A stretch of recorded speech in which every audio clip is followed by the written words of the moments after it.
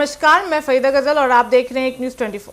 आपको बता दें कि बिहार विधानसभा के हालिया सत्र में एक अहम और विचारधारणीय दृश्य देखने को मिला, जब सदन में भारी हंगामे के बीच स्पीकर नंद किशोर यादव ने विपक्षी विधायकों को शांति और मर्यादा का पाठ पढ़ाया। यह उस वक्त हुआ जब दलों ने विधायक राज्य सरकार की नीतियों और कुछ हालिया फैसलों को लेकर आक्रोशित थे और सदन में जमकर नारेबाजी और शोरगुल कर रहे थे। उनकी तीखी प्रतिक्रियाएं और असमित व्यवहार से सदन की कार्रवाई कई बार बाधित हुई। इस दौरान स्पीकर ने सहमति शब्दों से कहा, बच्चे देख रहे हैं, क्या सोचेंगे। यह वाक्य महज एक टिप्पणी नहीं थी, बल्कि लोकतंत्र और सार्वजनिक जीवन की गरिमा के प्रति एक गहन संदेश था। स्पीकर यादव ने कहा कि आज के समय में विधानसभा की कार्रवाई सिर्फ सीमित लोगों तक नहीं रहती, बल्कि पूरा राज्य इसे टीवी, मोबाइल और अन्य डिजिटल माध्यम से देखता है। छात्र, युवा, आम नागरिक और यहाँ तक कि स्कूली बच्चे भी इन क्षेत्रों को देख रहे होते हैं। ऐसे में विधायकों का व्यवहार सिर्फ सदन के भीतर नहीं, बल्कि पूरे समाज में एक मिसाल बनता है। उन्होंने चेताया कि जिस प्रकार का भाषा और व्यवहार कुछ सदस्य अपना रहे हैं, वह न सिर्फ सदन की गरिमा के विरुद्ध है, बल्कि युवा पीढ़ी को भी गलत संदेश दे सकता है। उन्होंने स्पष्ट रूप से कहा कि लोकतंत्र में असहमति और विरोध आवश्यक और स्वागत योग्य है, लेकिन इसका तरीका शालीन और सभ्य होना चाहिए। शोरगुल, नारेबाजी और अपशब्दों के माध्यम से किसी विषय पर ध्यान आकर्षित करना न केवल प्रभावी होता है और न ही शिक्षाप्रद। उन्होंने सवाल उठाया कि यदि इस लोकतंत्र मंच पर हमारे प्रतिनिधि आपस में तर्क करने के बजाय चिल्लाएंगे या एक दूसरे पर छींटाकशी करेंगे, तो क्या उनका उदाहरण रहेगा समाज में। वहीं नंद किशोर यादव ने इस बात पर भी जोर दिया कि विधानसभा केवल एक कानून बनाने की जगह नहीं, बल्कि यह एक शिक्षा का मंच भी है।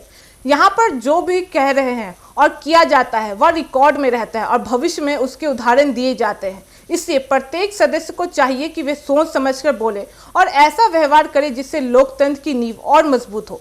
स्पीकर ने विपक्षी विधायकों से विशेष रूप से आग्रह किया है कि शांतिपूर्वक अपनी बात रखें, अपनी वाजिब मांग और लक्ष्यों के आधार पर रखें, ताकि उस पर प्रभावी बहस हो सके। उन्होंने यह भी कहा कि विरोध करने का अधिकार सभी को है, लेकिन उसे गरिमा के साथ प्रस्तुत करना चाहिए। यदि सदन के भीतर ही लोकतांत्रिक मर्यादाएं टूटने लगे, तो इससे आम नागरिकों और संसद के विधानसभा जैसे स्थानों पर विश्वास कमजोर हो सकता है। वहीं इस मौके पर सत्ता पक्ष के विधायक भी स्पीकर के विचारों को सहमत दिखा रहे थे। उन्होंने विपक्ष से सहयोग की अपील की।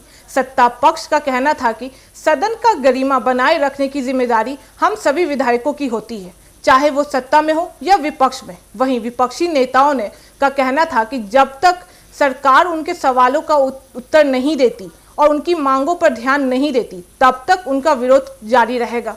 मानते हैं कि जब तक सत्ता पक्ष जवाब नहीं कतराता, तो उन्हें जोर देकर अपनी बात रखनी पड़ती है। हालांकि स्पीकर बार बार यह समझाने की कोशिश करते हैं कि मतभेद को अपनी प्रभावी ढंग से प्रस्तुत किया जा सकता है, बिना सदन की कार्यवाही बाधित किए हुए।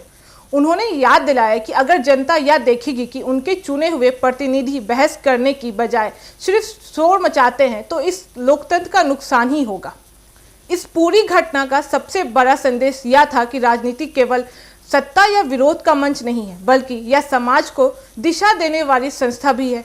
इसके आचरण से न सिर्फ वर्तमान पीढ़ी बल्कि आने वाली पीढ़ियां भी प्रेरणा लेती हैं। अगर विधायकों का व्यवहार नियंत्रित, शालीन और उद्देश्यपूर्ण हो, तो इससे लोकतंत्र मजबूत होता है और जनता का विश्वास भी बना रहता है। नंद किशोर यादव की यह टिप्पणी केवल उस दिन की कार्यवाही तक सीमित नहीं थी, बल्कि इसने एक बड़ा सामाजिक संदेश दिया कि लोकतंत्र की गरिमा, नैतिकता और सार्वजनिक जिम्मेदारियां भी होती हैं।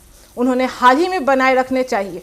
यह टिप्पणी बस उस व्यक्ति के लिए भी एक सीख है जो सार्वजनिक जीवन या नेतृत्व में है, क्योंकि राजनीति में सिर्फ विचारों की नहीं, आचरण का भी मूल्य होता है।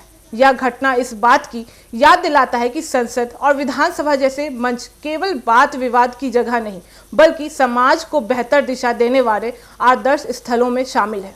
जब जनता देख रही है, तब व्यवहार ऐसा होना चाहिए जो प्रेरणा हो, ना कि शर्मनाक। ऐसी ही तमाम खबरों के लिए देखते रहें एक न्यूज़ 24। हर खबर सबसे पहले, सबसे सटीक। वीडियो को लाइक करें, शेयर करें और चैनल को सब्सक्राइब करना ना भूलें। धन्यवाद।